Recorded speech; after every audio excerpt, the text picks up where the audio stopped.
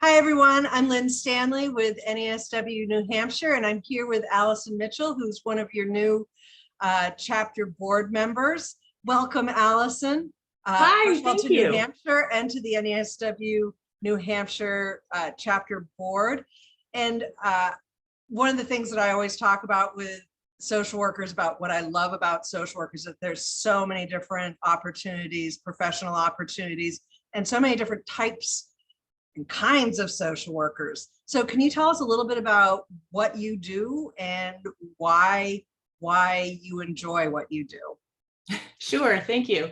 So you're right, I am new to New Hampshire. I moved here from Maine, where I was also an NASW member, and took a job as an assistant professor in the social work program at Plymouth State University. So I have the privilege of teaching up and coming next generation undergraduate social workers at Plymouth State, which is a lot of fun. This group of social workers in particular has been affected by COVID in a lot of different ways. And so it's really exciting to be, in many ways, rethinking how we educate and what we're educating for social work. And I will say, as a plug for our up and coming next generation, they are incredibly skilled with using technology. And so as with, I think we all see remote work staying, we've got a really great crop coming up that's going to be good at that. What I love about NASW, particularly being new to New Hampshire, and I talk about this with my students too, is it's a way to connect to the professional community. And I talk about that with my students. It's been a huge benefit for me. And I share that in my classrooms as an example of what they might get from the NASW. That's great. What other pearls of wisdom do you share with your BSW students? Oh, gosh, many. I guess it might depend on the perspective. They may not think many, but I do. I would emphasize to anyone starting out in the field, whether they're my students or whether we happen to have a conversation at an NASW conference or whatever, don't be afraid to take advantage of unexpected opportunities when they come up. That has been my experience throughout my social work career. And it has given me the opportunity to do what we might call more macro work, doing some research, program evaluation, program development.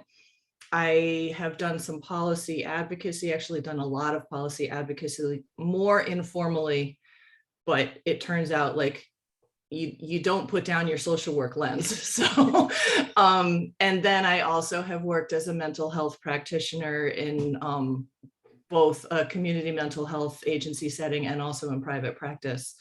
All of those were sort of unexpected opportunities that came up at moments when the timing was right. And I sort of kind of took the leap of faith. And what I love about social work is that it's so broadly applicable to so many things. You know, the skill set is incredible. And I think I'm, sort of a living example of the many different ways that you can do social work. And so now the wonderful thing about being a professor of social work is I can draw on all of my experience as I teach students and talk very easily about how my research has affected my clinical practice and how it all goes together. And it's not really micro or meso or macro, it's all social work. Yeah. And I think that that's incredibly valuable. So I guess there's two pearls of wisdom there. One is don't be afraid to take unexpected opportunities. And two, remember that social work can look like a whole lot of different things. That's wonderful. Thank you, Alison, so much for doing this.